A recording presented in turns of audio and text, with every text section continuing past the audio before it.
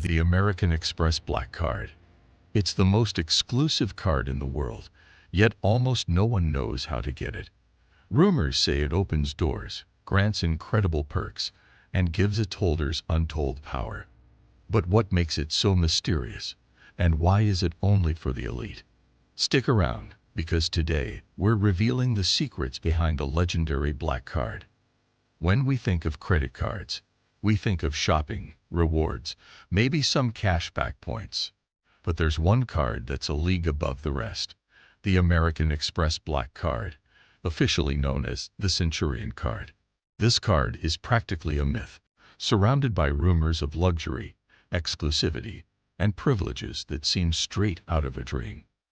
And for most of us, that's exactly what it will stay, a dream. But why is that? What makes the Black Card so elusive? And what do you really get when you have one? Today, we're diving into the secretive world of the American Express Black Card to find out what makes it so special, how it works, and why only a few people in the world will ever hold one. So whether you're curious about its hidden perks or just want to know how far luxury really goes, you're in for a fascinating journey. Chapter 1. The origins of the Black Card. Let's start with a bit of history. The American Express Black Card didn't always exist. In fact, it was inspired by a rumor. Back in the 1980s, there was a myth circulating that American Express had a secret card for its most valued clients, a card that would give them unmatched perks and privileges. This story was just a legend, but it was so popular that Amex decided to make it a reality. In 1999, the Centurion Card, also known as the Black Card, was born. It was designed to be the ultimate status symbol, a card that you can't just apply for. Instead, you have to be invited, and that's only if you meet their undisclosed criteria, which likely includes spending hundreds of thousands of dollars a year. This invitation-only model was revolutionary and only added to the card's mystique. Chapter 2. What makes the Black Card different? So, what does the Black Card actually offer? The perks go far beyond standard credit card rewards. We're talking about personal concierge services available 24/7, exclusive access to high-end events, first-class travel upgrades, and even special assistance in making nearly impossible bookings happen. Want a last-minute reservation at a fully booked Michelin-star restaurant? Or maybe VIP access to a private event? The Centurion Concierge can make it happen. But the perks don't stop there. Black Card holders also receive access to luxurious airport lounges, upgrades at top-tier hotels, and even the ability to get personal shopping assistance at designer stores. Imagine walking into a luxury brand store and having a personal shopper help you pick out exclusive pieces. For Black Card holders, that's just a Tuesday. Chapter 3. The cost of exclusivity. Of course, all these perks come at a price. And when we say price, we mean it. The initiation fee for the Black Card is rumored to be around $10,000, with an annual fee of around $5,000. That's not including the massive spending you're expected to have each year just to keep the card.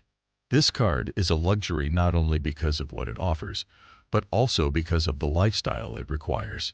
To put it simply, this card isn't for the average consumer. It's for the elite. CEOs, celebrities, top-tier professionals, and those with the means to afford a lifestyle of luxury at every turn. But to these holders, the exclusivity is part of the allure.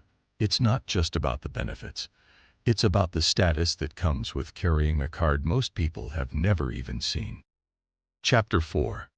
How the Black Card changes everyday life. Having a Black Card isn't just about getting VIP treatment. For many holders, it's about having a tool that unlocks endless possibilities. Let's say you're traveling to a foreign country and want a tailor-made experience. A quick call to the Black Card concierge can secure you a private guide, exclusive access to events, and a hand-picked itinerary that makes you feel like a VIP wherever you go. Or maybe you need a last-minute flight change due to a sudden change in plans. With the Black Card, you can bypass many of the hassles of travel with priority support and access to solutions that simply aren't available to regular customers.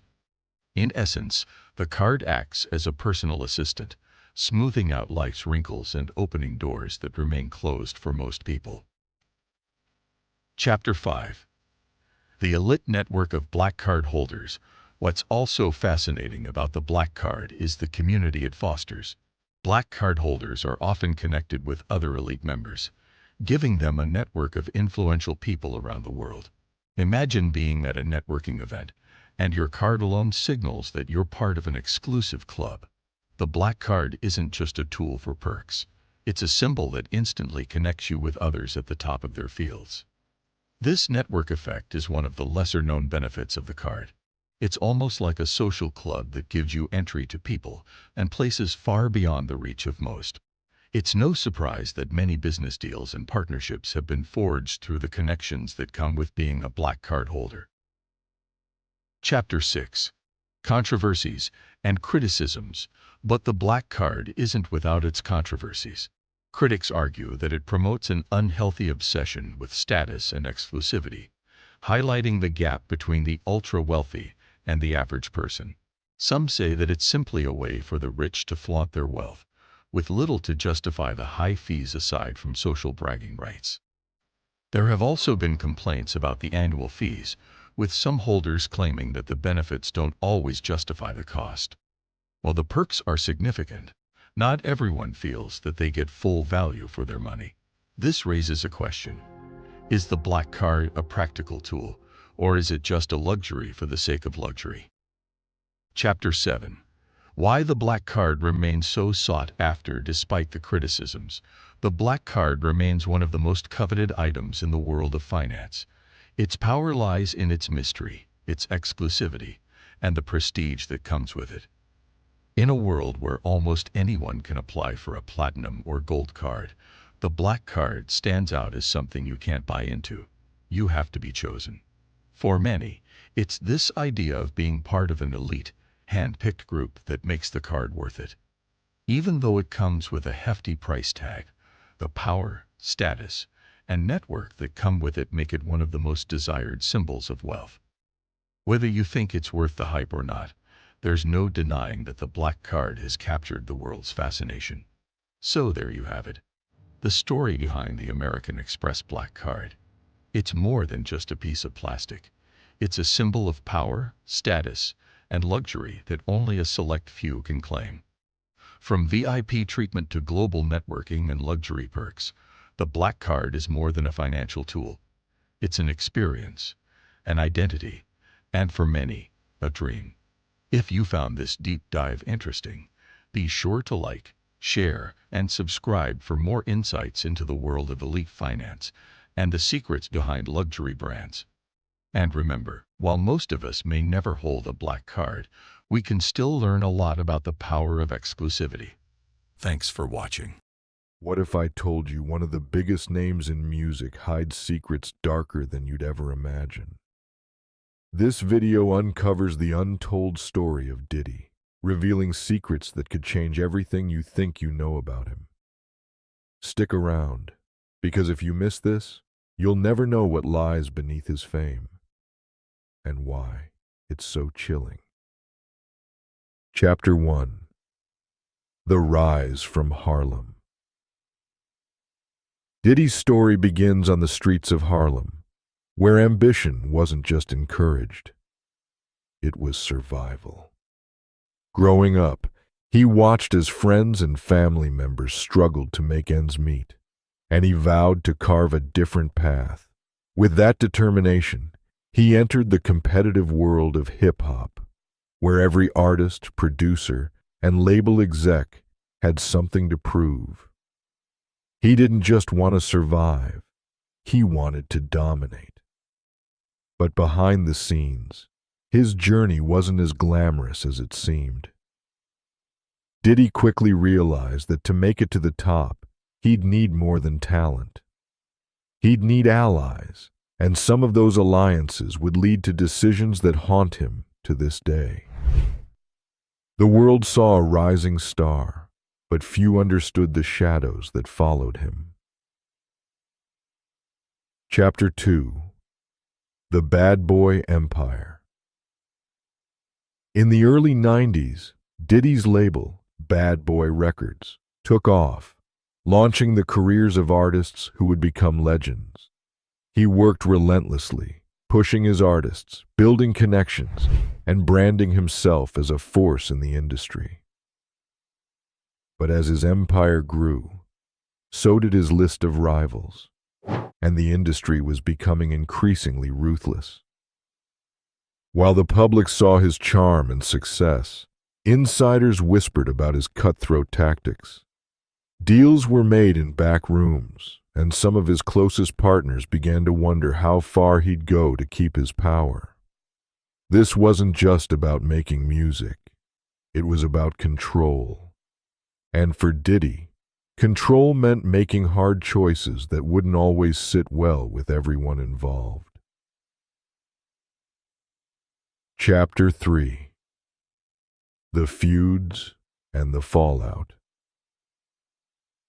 As Bad Boy Records gained traction, tensions started bubbling between Diddy and his competitors. Feuds with other labels turned into all-out battles. One of the most infamous was his feud with Death Row Records, a conflict that gripped the music world and nearly tore the industry apart. The stakes were high, and so was the risk. For Diddy, this was more than just business. It was personal.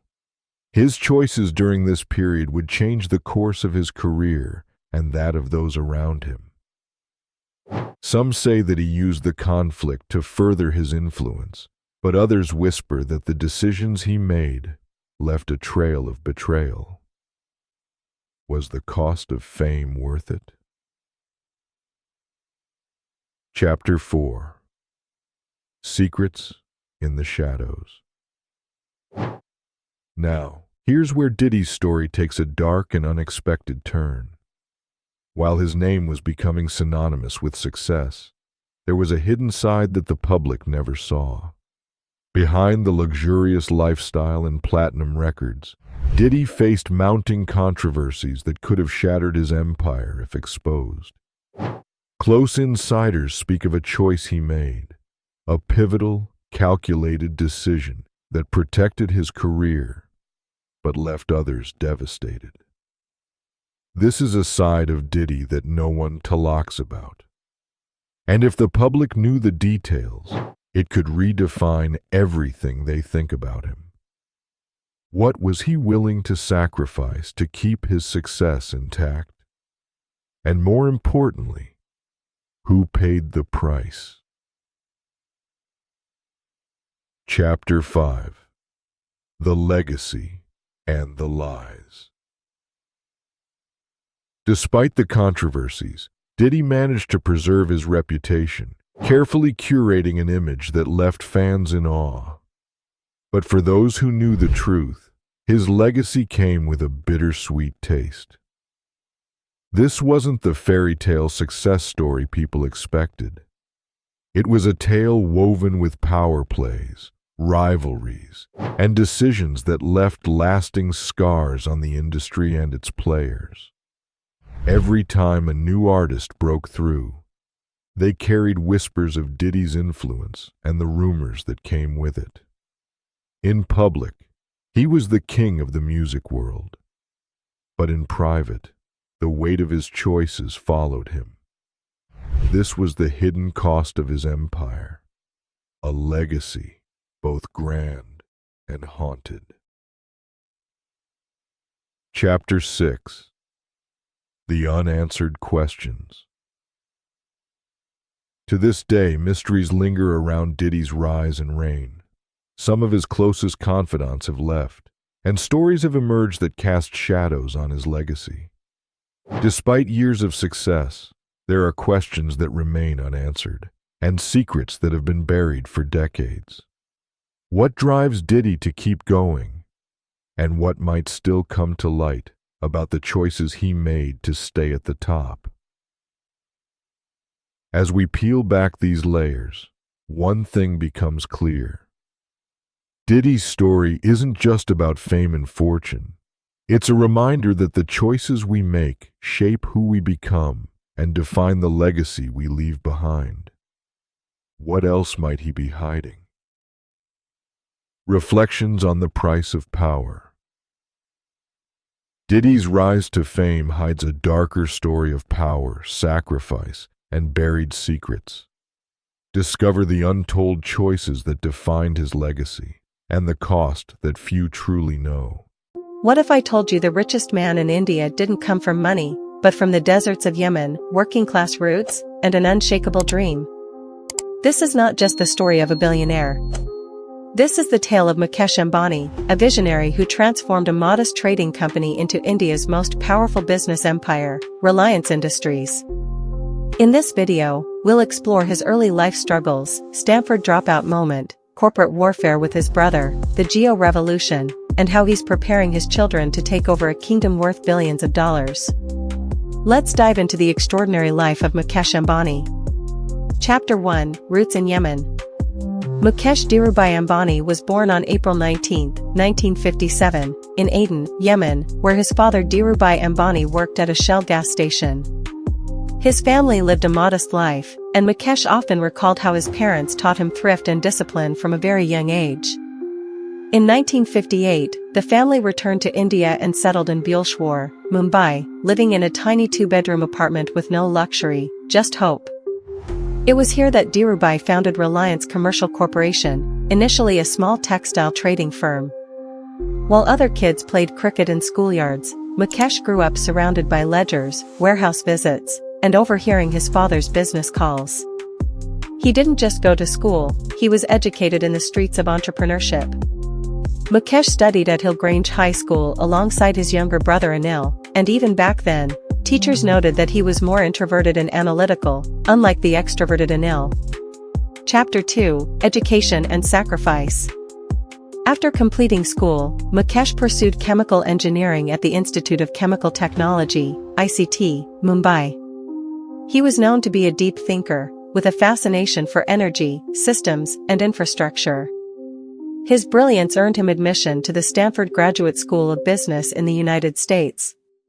At Stanford, Mukesh immersed himself in global economics, supply chain management, and technological innovation. But fate had other plans. In 1981, his father Dhirubhai called him back to India to help build a petrochemical plant, a decision that would change the course of his life. Mukesh dropped out of Stanford just months before graduation. Most would have hesitated. Mukesh didn't. He returned, rolled up his sleeves, and got to work, learning business not in a classroom, but in the heat of an industrial revolution. That petrochemical plant? It became the backbone of Reliance Industries.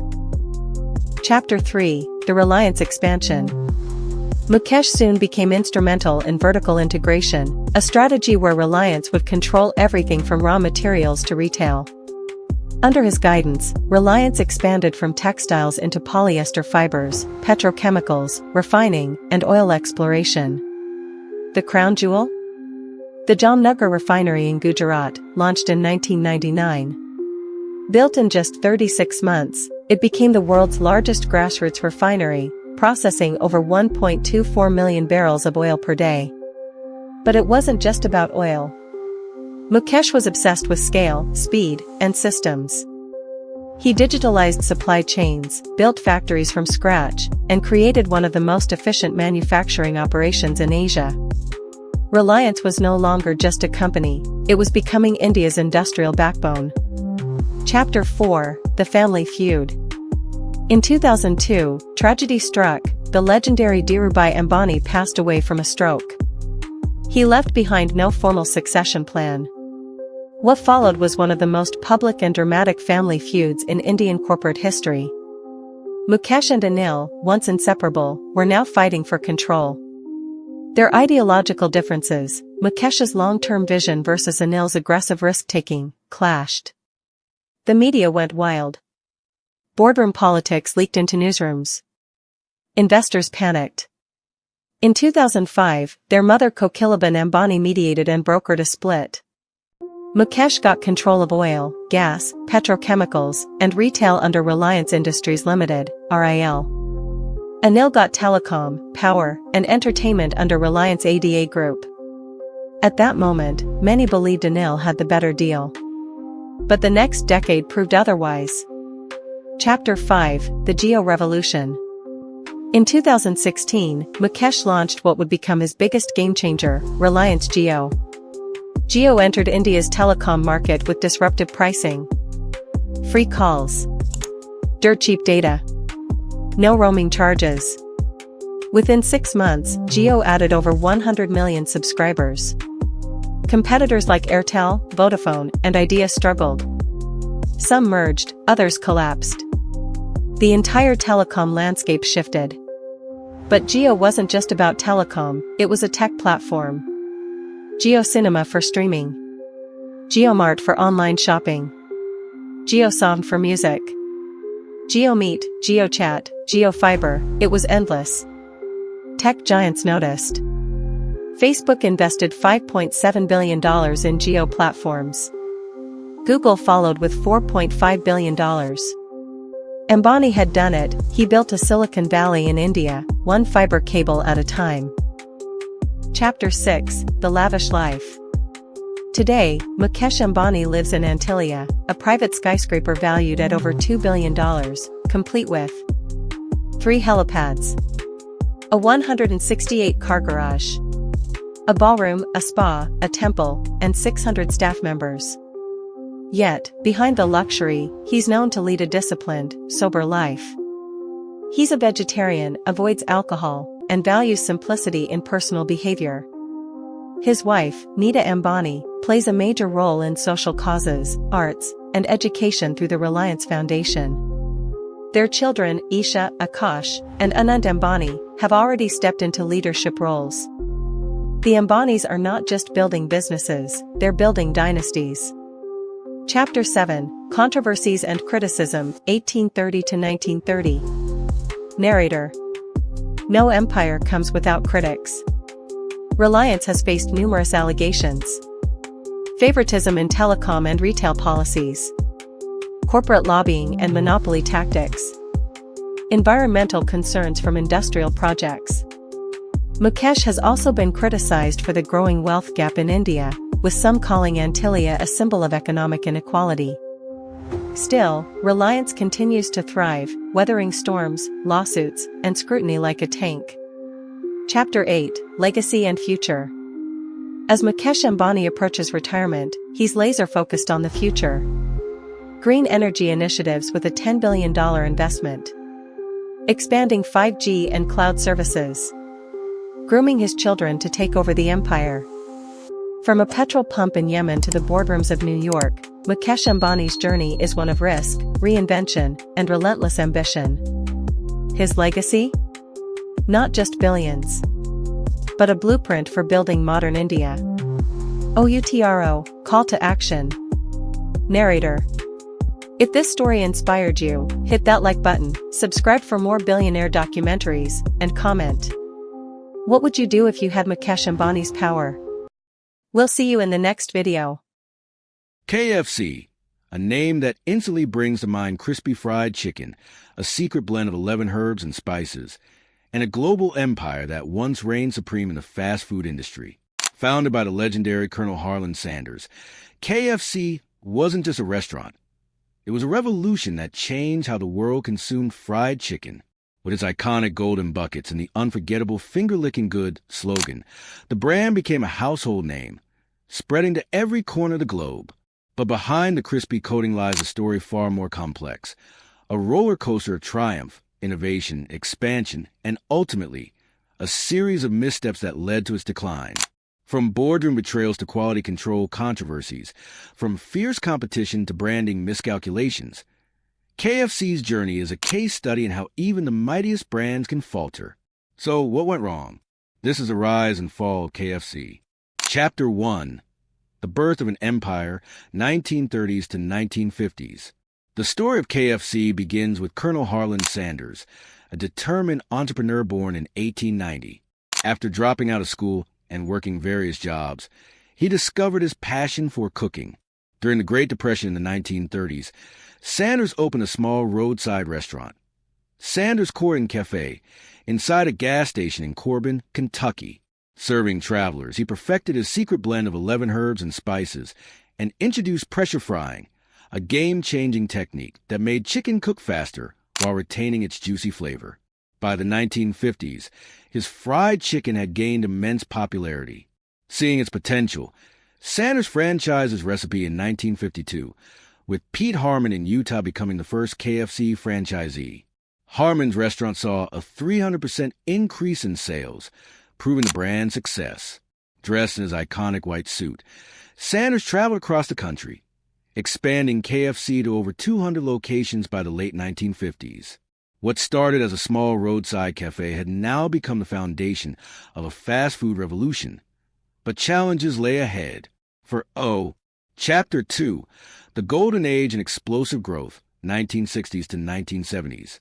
By the early 1960s, KFC had skyrocketed to over 600 locations across the United States and Canada. The overwhelming success caught the attention of investors, and in 1964, a group led by John Y. Brown Jr. and Jack Massey purchased KFC from Colonel Sanders for $2 million, around $20 million today. Although Sanders sold the company, he remained the brand's face, continuing to promote KFC worldwide. Under new ownership, KFC expanded aggressively, refining its franchise model and pushing into international markets. By the 1970s, the brand had spread to countries like Japan, the UK, and Australia, becoming the first American fast food chain to achieve such massive global reach. With its rapid growth, KFC was challenging McDonald's, and the Colonel had become a global icon. But behind the golden buckets and booming success, cracks were beginning to show. Issues with quality control, rapid overexpansion, and internal conflicts hinted at troubles ahead. Chapter 3, The Beginning of the Downfall, Corporate Takeovers, 1970s to 1980s. KFC's rapid expansion came at a cost.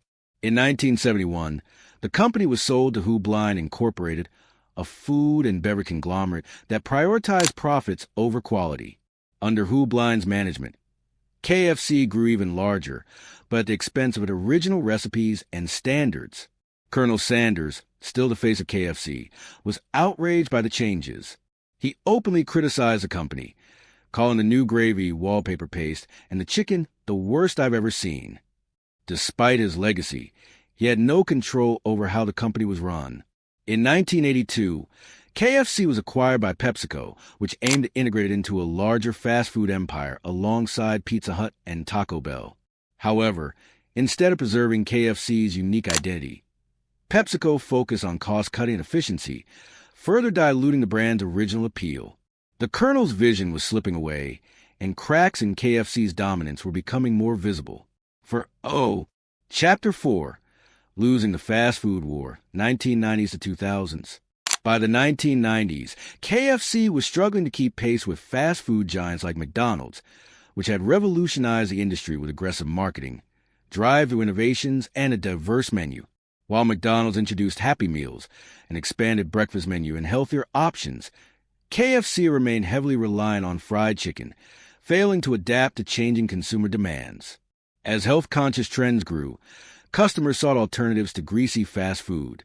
Competitors like Chick-fil-A capitalized on this shift, offering higher-quality chicken with better service, further weakening KFC's position. Adding to its troubles, KFC faced quality control issues and scandals, damaging its reputation. From allegations of unsanitary conditions to controversial marketing decisions, the brand struggled to maintain its former dominance. The once undisputed king of fried chicken was now falling behind in the fast food wars. Chapter 5, Scandals and Quality Issues, 2000s to 2010s. The 2000s were marked by a series of controversies that severely damaged KFC's reputation. Chart-increasing 2003, the mutant chicken hoax, a viral internet rumor claimed KFC was using genetically modified, featherless chickens, sparking widespread public outrage and causing significant PR damage. Police Scarlight 2012, China's antibiotic scandal. Investigations revealed that KFC suppliers in China were using excessive antibiotics in their chicken, leading to a massive backlash. Sales in one of KFC's biggest markets plummeted, forcing the company to conduct damage control. Poultry-led 2018, UK chicken shortage. A supply chain failure led to an unprecedented chicken shortage in the UK, forcing hundreds of KFC locations to close. The debacle became a public relations disaster, with customers mocking the brand for running out of its core product. As these scandals piled up, consumer trust eroded, and KFC's once loyal customers started looking elsewhere. Chapter 6. The struggle to stay relevant, 2010's present. In an attempt to revitalize its brand, KFC has tried numerous strategies. Heavy checkmark plant-based nuggets, partnering with Beyond Meat to introduce plant-based alternatives. Heavy checkmark new menu items, expanding with wraps, sandwiches, and updated recipes. Heavy checkmark social media marketing, rebranding with humor, memes, and celebrity endorsements. However, despite these efforts, KFC continues to struggle. Fast casual restaurants and competitors like Popeyes and Chick-fil-A have taken a significant share of the market. Popeye's viral chicken sandwich, for example, outperformed KFC's offerings and became a cultural phenomenon. Conclusion: what went wrong? So, what led to KFC's decline? The answer lies in corporate mismanagement, declining food quality, failure to innovate, and increasing competition. Once a pioneer in the fast food industry, KFC now struggles to maintain relevance. While it remains a recognizable brand, its influence is nowhere near what it was during its peak. Will KFC make a legendary comeback, or will it continue to fade into history? Let us know what you think. What if I told you that one man once controlled 90% of the world's oil supply, reshaping industries and amassing wealth that, adjusted for today, makes Jeff Bezos and Elon Musk look like beginners? This is the story of John D. Rockefeller, the man who didn't just create an oil empire. He created the blueprint for corporate domination. But behind the wealth and power lies a story of ruthless tactics, scandal, and a legacy that still divides opinion to this day. Let's dive into how Rockefeller built his trillion-dollar oil empire and changed the world forever. Chapter 1. The early days. From nothing to the top. John D. Rockefeller wasn't born into privilege. In fact, his story starts far from the boardrooms of wealth and power. Born in 1839 in Richford, New York, Rockefeller grew up in a modest household. His father, William Big Bill Rockefeller, was a traveling conman, a man who taught young John some unconventional lessons about negotiation and resilience. His mother, Eliza, was a devout Christian who instilled discipline and thrift in her children. At just 16 years old, Rockefeller got his first job as a bookkeeper. He earned $0.50 a day, a meager wage even at the time. But young John was no ordinary worker. He tracked every penny, every expense, and developed a fascination with efficiency and order. He didn't see money as just a tool. He saw it as something to master. Chapter 2. The Spark of Oil. A new industry emerges. The mid-19th century saw the dawn of the oil industry. In 1859, the first successful oil well was drilled in Pennsylvania. Crude oil was a chaotic business. Prices fluctuated wildly. Refining was inefficient, and the market was filled with speculation. Rockefeller saw opportunity where others saw chaos. In 1863, he and a few partners invested in a small oil refinery in Cleveland, Ohio. By 1865, Rockefeller bought out his partners, becoming the sole owner. His vision was clear: streamline production, reduce waste, and dominate the refining process. And dominate he did, by focusing on kerosene, a product that illuminated homes and businesses. Rockefeller turned oil into an essential commodity. But this was just the beginning. Chapter 3. Standard Oil. The birth of an empire. In 1870, Rockefeller co-founded Standard Oil. His strategy was simple but revolutionary. Control every aspect of the oil business. From refining to transportation, from marketing to distribution, Rockefeller wanted it all. He called it horizontal integration. One of his most controversial moves was negotiating secret deals with railroad companies. By guaranteeing them massive shipments, he secured discounted rates that his competitors couldn't match. This tactic, while brilliant, was also ruthless. It drove smaller refineries out of business, leaving Standard Oil as the dominant player. By the 1880s, Standard Oil controlled 90% of the oil market in the United States. Rockefeller didn't just create a company, he created a monopoly. Chapter 4: The Ruthless Tactics Behind the Curtain. Success doesn't come without enemies. Rockefeller's business practices sparked outrage. Competitors accused him of predatory pricing, selling oil below cost to bankrupt rivals, then buying them out for pennies on the dollar. Journalists labeled him a robber baron, a man who built his fortune on the backs of others. One of his harshest critics was journalist Ida Tarbell, whose father had been ruined by Standard Oil. In her groundbreaking expose, she described the company as an octopus, strangling competition with its many tentacles. Public opinion began to shift. People saw Rockefeller not as a genius businessman, but as a tyrant. Chapter 5: The Fall. Breaking the Monopoly. Rockefeller's dominance couldn't last forever. The public outcry, combined with new antitrust laws, put Standard Oil in the government's crosshairs. In 1911, the U.S. Supreme Court ruled that Standard Oil violated the Sherman Antitrust Act, ordering the company to be broken into 34 smaller firms. Ironically, this breakup didn't harm Rockefeller. Instead, it made him richer. He retained shares in each of the new companies, many of which became giants in their own right. Exxon, Chevron, and Mobil. The value of these companies skyrocketed, and so did Rockefeller's fortune. Chapter 6: Beyond Oil. A Legacy of Philanthropy. Despite his ruthless business tactics, Rockefeller was also a pioneer in philanthropy. He donated over $500 million during his lifetime, funding universities, public health initiatives, and scientific research.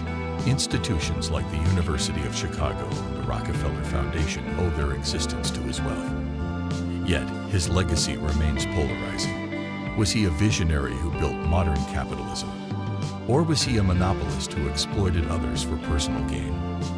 Perhaps the truth lies somewhere in between. John D. Rockefeller's story is one of ambition, power, and controversy. He wasn't just a businessman. He was a force of nature who reshaped industries and economies. His methods were ruthless, his success unparalleled, and his impact undeniable. But as we look back on his life, we're left with one burning question. At what cost does greatness come? If you found this story fascinating, hit like, subscribe, and join us for more deep dives into the untold stories of history's most influential figures. Because behind every empire is a tale worth uncovering.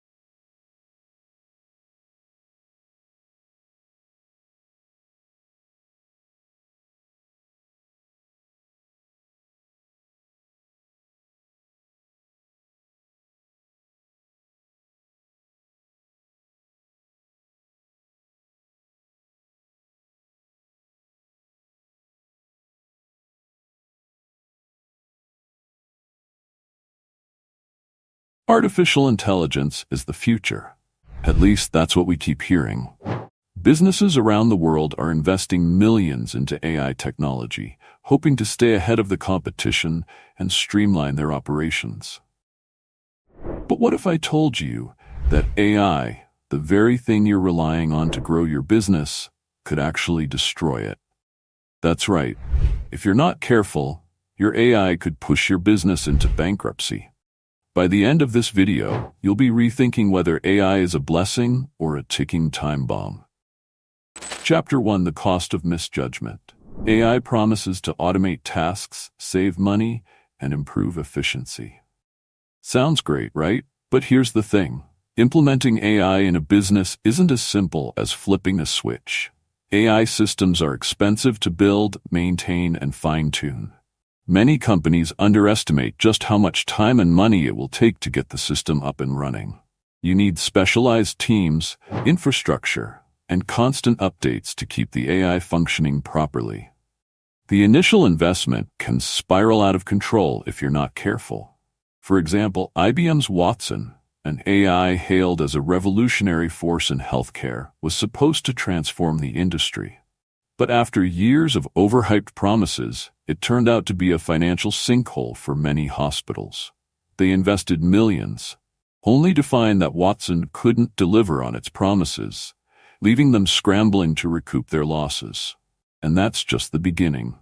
If you think the initial cost of AI is high, wait until you hear what happens when it malfunctions. Chapter 2: When AI goes rogue. AI can be unpredictable. It learns, adapts, and sometimes makes decisions that human beings wouldn't. While that's part of its appeal, it's also its biggest danger. AI systems have made some catastrophic errors, causing massive financial losses. Take the case of Knight Capital in 2012. A software glitch in their high-frequency trading algorithm caused the company to lose $440 million in just 45 minutes.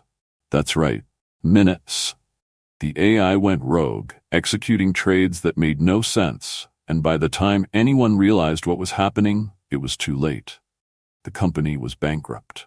AI can also misinterpret data, make biased decisions, or fail to adapt to changing circumstances. And when an AI system controls critical aspects of your business, like finances or customer relations, a malfunction can lead to instant disaster. But even if your AI doesn't go rogue, there's another threat lurking, one that could cripple your entire company from within. Chapter 3: Replacing Humans at the Cost of Quality. One of the main reasons businesses turn to AI is to replace human workers. It's a simple formula. Fewer employees mean lower payroll costs, right? But in reality, cutting out humans can have unforeseen consequences. AI may be fast and efficient, but it lacks the empathy, intuition, and problem-solving abilities that humans bring to the table. Take customer service, for example. Many companies are now using AI chatbots to handle customer inquiries. But as soon as the AI runs into a problem it can't solve, customers end up frustrated and brand loyalty takes a hit. Negative experiences can spread like wildfire on social media, damaging your brand and costing you future sales. In some cases, AI can degrade the customer experience so much that businesses lose customers faster than they can acquire them. If losing customers wasn't bad enough, AI might just drive you straight into legal trouble. And that's where the real financial danger begins. Chapter 4: Legal and Ethical Pitfalls. AI systems aren't just a technological risk. They're also a legal and ethical minefield. AI operates on data, and if that data is biased, outdated, or mishandled, it can lead to discrimination, privacy violations, or worse, massive lawsuits. In 2018, Amazon had to scrap its AI hiring tool after discovering that it was biased against women. The AI had been trained on past resumes, which mostly came from men, leading it to favor male candidates over equally qualified female applicants. While Amazon caught the problem before it spiraled into a lawsuit, other companies haven't been so lucky. Using AI without fully understanding its ethical implications can open your business up to legal action, fines, and irreparable damage to your reputation. If an AI system makes a decision that leads to harm, whether financial, physical, or emotional, your company is held responsible. And if you think the legal risks are scary, wait until you hear about the security threats AI can bring to your business. Chapter 5. AI as a security risk. AI relies on massive amounts of data, often highly sensitive. That data includes personal information about your customers, internal business strategies, and more. If your AI system isn't properly secured, you're handing hackers a golden ticket to your company's most valuable assets. Hackers can exploit AI systems to manipulate data, steal information, or even take over the system itself. In 2020, AI-driven cyber attacks rose dramatically, with criminals using AI to automate hacking processes, making their attacks faster and more difficult to detect. If your AI system gets compromised, it could cost you millions in lost data, customer trust, and regulatory fines. In the worst-case scenario, your business could be forced to shut down entirely if the breach is severe enough. The financial fallout from a major AI security breach is something no company can afford. But even if you manage to avoid all of these risks, there's one final devastating threat AI can bring to your business, and it's one you might never see coming. Chapter 6. Dependence on AI, the point of no return. Once a business integrates AI into its core operations, it can become dangerously dependent on it. If your business becomes reliant on AI for essential functions, like supply chain management, customer service, or product development, you're putting all your eggs in one basket. Now, imagine what happens when that AI fails. Maybe a critical system update goes wrong, or a sudden algorithmic change breaks the entire workflow. With human expertise no longer in place, your business can grind to a halt, and fixing the issue could take weeks, time you don't have in today's competitive market. For some businesses, there's no going back once they've implemented AI. The initial goal was to make things easier, but in the end, total dependence can lead to catastrophe. AI is a powerful tool with the potential to revolutionize industries and change the way we do business. But with that power comes immense risk. The cost of implementation, the unpredictability of AI systems, legal liabilities, and dependence on this technology can spell financial disaster if not managed properly. So, is AI the future of business? Absolutely. But if you're not careful, it could also be the thing that sends your company into bankruptcy. What do you think? Is AI worth the risk? Let me know in the comments below, and don't forget to like and subscribe if you want more insights into the world. What if the glitzy world of Hollywood isn't just about red carpets and big dreams? What if, behind the scenes, greed is killing creativity? Ever wonder why every movie seems like a remake, reboot, or sequel these days? Stick with us as we expose the dark truth of how corporate greed is slowly choking the life out of the entertainment industry. Chapter 1. The Golden Age of Innovation. Once upon a time, Hollywood was the land of innovation, where filmmakers took risks and told bold, original stories. From the groundbreaking films of the 1970s to the creative surge of the 1990s, Hollywood was synonymous with artistry and imagination. Directors had the freedom to push boundaries, screenwriters explored new genres, and studios embraced risk in exchange for creative genius. But over time, things started to change. Creativity was no longer the driving force. It was something else entirely. Chapter 2. The Rise of Corporate Hollywood. So, what happened? The simple answer: big money took over. In the early 2000s, a wave of corporate mergers and acquisitions transformed Hollywood into a profit-driven machine. Large media conglomerates like Disney, Warner Media, and Comcast began to swallow up independent studios, turning the movie business into a factory. Their goal? Maximize profits at any cost. Studios were no longer run by filmmakers or creatives, but by business executives whose focus was on the bottom line. Their decisions became less about art and more about what sells. This shift in power marked the beginning of Hollywood's descent into a world where creativity was sacrificed for cash. Chapter 3: Blockbuster Syndrome: The Death of Originality. And what's the best way to guarantee profits? Simple. Play it safe. Instead of taking risks on original scripts, Hollywood started churning out what's now called blockbuster syndrome. Franchises, sequels, reboots, and remakes, these have become the lifeblood of modern cinema. Why? Because they're easy, predictable, and most importantly, they're profitable. Think about it. How many superhero films or reboots have we seen in the last decade? Sure, they rake in billions, but at what cost? Original storytelling is pushed aside for the next big franchise. Unique voices get drowned out by the roar of special effects. And the audience? We're left with a sense of déjà vu, wondering if Hollywood is out of ideas. Chapter 4: The Streaming Wars: Quantity over Quality. As if the blockbuster trend wasn't enough, enter the streaming wars. With the rise of platforms like Netflix, Amazon, and Disney+, Hollywood has entered a new phase, one where the goal is to produce as much content as possible, regardless of quality.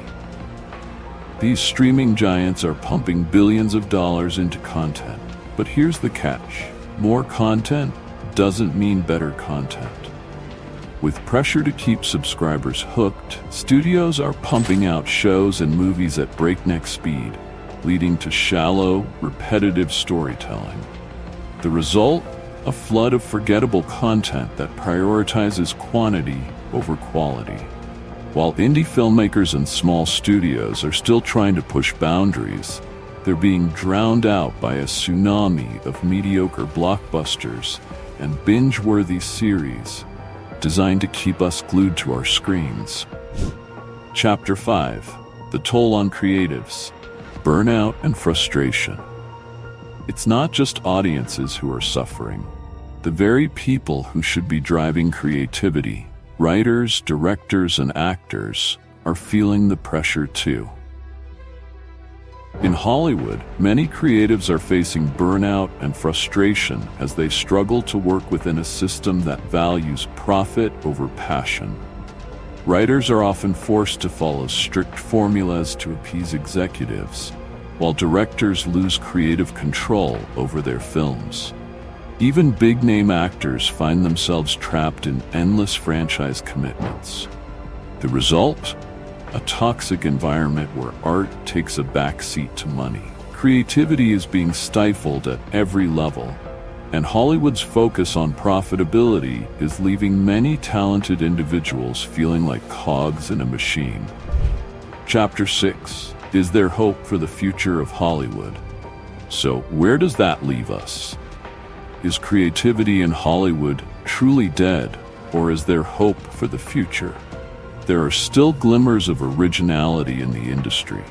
Independent filmmakers, niche streaming platforms, and grassroots movements are fighting to keep creativity alive. We've seen films like Parasite, Everything Everywhere All at Once, and Get Out break through the noise and challenge the system. These films prove that creativity can still thrive, but the battle isn't over. The question is, will the power of these smaller voices be enough to shift Hollywood's focus away from greed and back to its creative roots? The dark side of Hollywood reveals that creativity and innovation are slowly being crushed under the weight of corporate greed and the pursuit of profit. But what do you think? Is Hollywood too far gone? Or can creativity still make a comeback? Let us know your thoughts in the comments. And if you want more insights into the hidden truths behind the world's biggest industries, don't forget to hit that subscribe button and turn on notifications.